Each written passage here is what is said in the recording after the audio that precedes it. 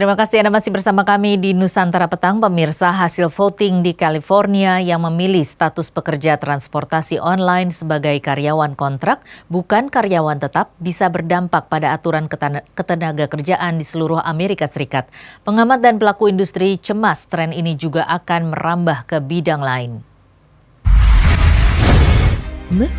Iklan yang diposting di YouTube ini adalah bagian dari program bernilai $200 juta yang sebelumnya tidak pernah ada di California.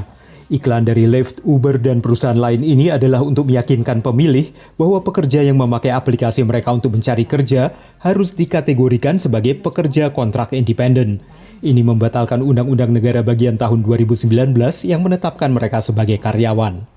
Hasil voting ini menjadi kemenangan besar bagi perusahaan-perusahaan ini karena mereka tidak lagi harus menanggung tunjangan kesehatan dan cuti berbayar semua pengemudi mereka. Bagi perusahaan, kemenangan ini dipandang sebagai model pihak ketiga dalam mendefinisikan pekerjaan yang berbasis aplikasi dan bisa mengilhami tuntutan serupa di bidang lain. It's going to be something that we're going to see affecting more than just California now at this point, because other states are looking to challenge, and that's including Massachusetts, New York, and even New Jersey. Chris mendukung inisiatif ini karena menurutnya sebagai pekerja kontraktor mandiri ada unsur fleksibilitas yang cocok bagi dirinya. I'm not full-time, I'm part-time, so I go on and off when I choose. It's much more convenient for me that way. Tapi menurut para penentang, kemenangan perusahaan ini mengorbankan hak-hak pekerja. Jenis pekerjaan berbasis aplikasi mungkin tampak memberikan fleksibilitas, tapi menurut mereka ada kerugian yang serius. The gig worker stuff in general, I think, is a problem for labor everywhere because it's making people independent contractors. You take away unemployment, you take away workers' comp, anything that you're kind of offer protections under the law, you're losing those.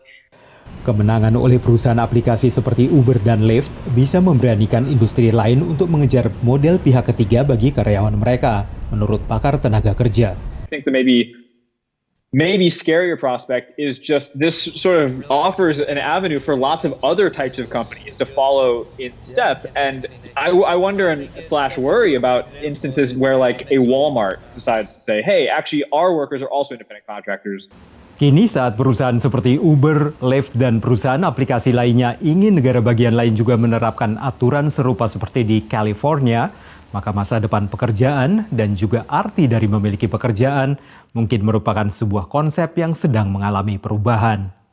Dari Arlington, Virginia, saya Helmi Yohanes dan tim VOA.